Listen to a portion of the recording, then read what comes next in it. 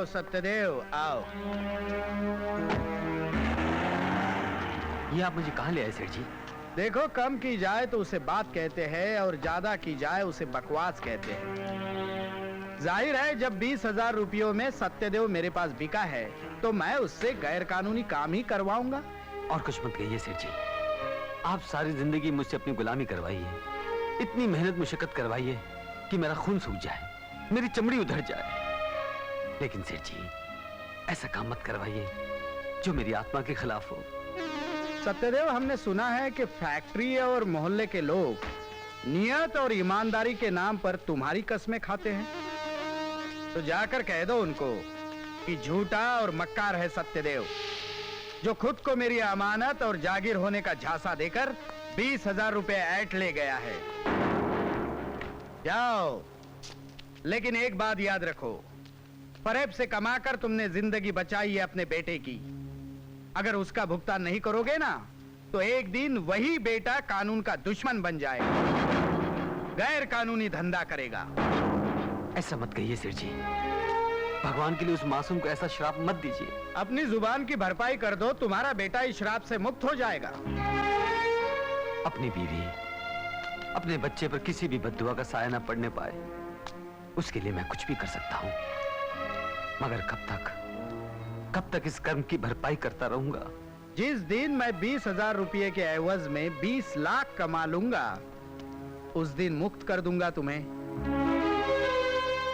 ठीक है सेठ जी, मगर मेरी गीता को इस बात की खबर नहीं होनी चाहिए, वरना वो जीते जी मर जाएगी। किसी को कानो कान खबर नहीं होगी।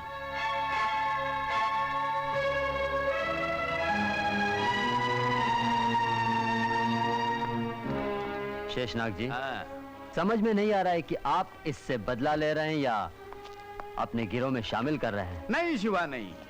कल ये अपनी जिंदगी की पहली और आखिरी हेराफेरी करेगा जिसकी खबर भी पुलिस को हम ही देंगे।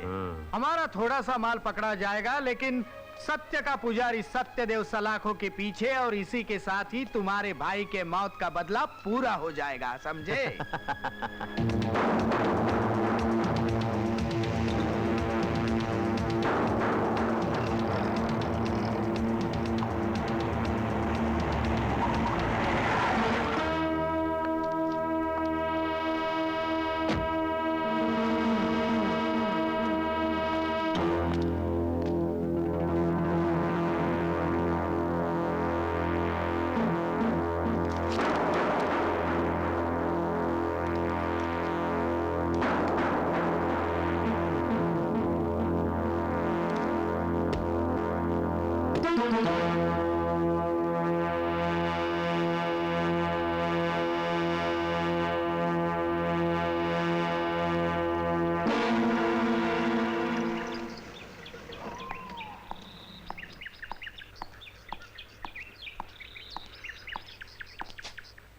हमें खबर मिली है कि इस गाड़ी में स्मगलिंग का माल है।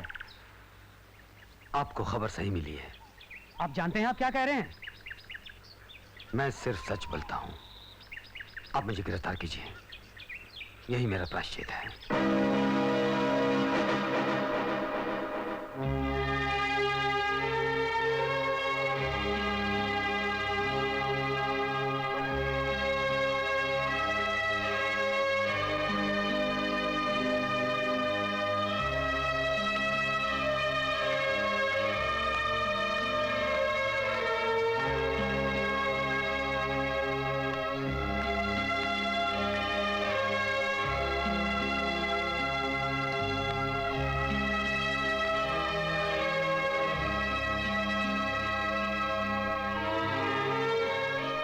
सब कुछ तोड़ दिया तुमने, सब कुछ टूटकर बिखर गया।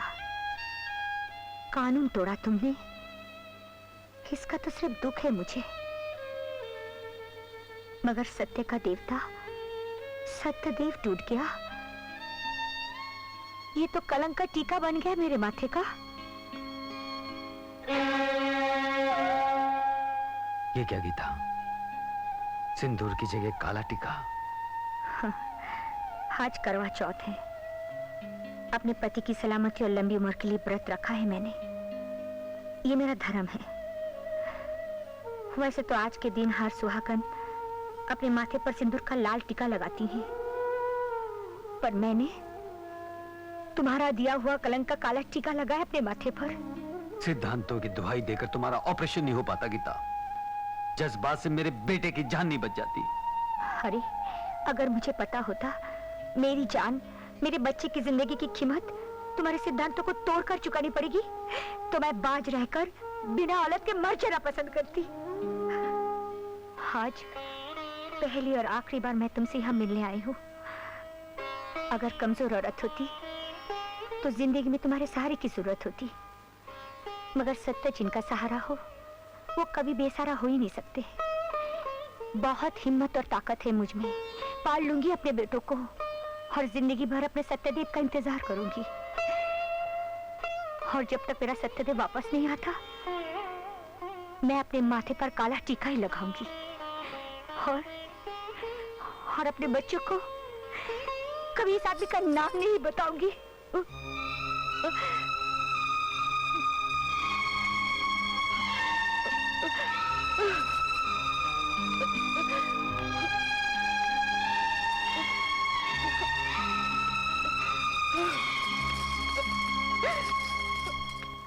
जब तकदीर की मार से रिश्ते टूटते हैं, तब इंसान न तो खुद को दोष दे पाता है और न ही भगवान को। वो एक ऐसा खिलौना बनकर रह जाता है जिसे जिंदगी भर खुद ही देखना पड़ता है अपनी तकदीर का तमाशा।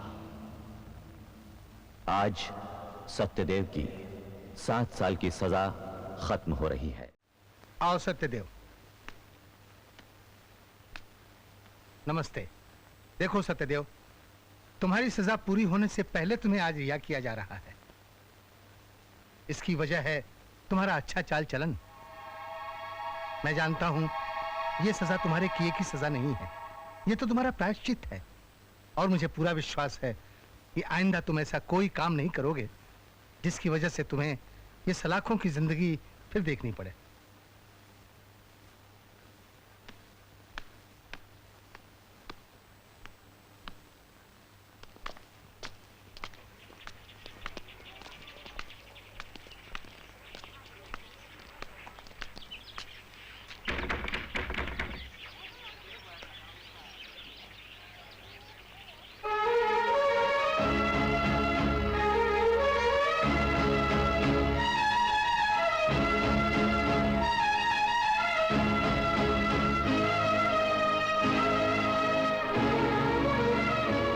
सत्यदेव भैया।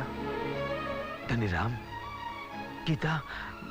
गीता भाभी तो यहाँ से चली गई भैया। चली गई? कहाँ? कोई नहीं जानता सत्यदेव भैया।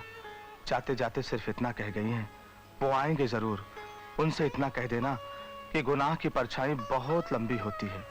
गुनहगार तो सिर्फ जेल की सलाखों के पीछे रहता है, लेकिन उसकी काली छाया घर के आंगन तक पहुंच जाती है। और मैं अपने बच्चों पर वो परछाई कभी नहीं पड़ने दूंगी।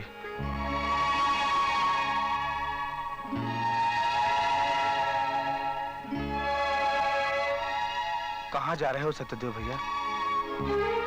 मेरी गीता और मेरे बच्चे चले गए तो आज ही सत्यदेव की मौत हो गई। देखो अब अगला जन्म किस रूप में होता है।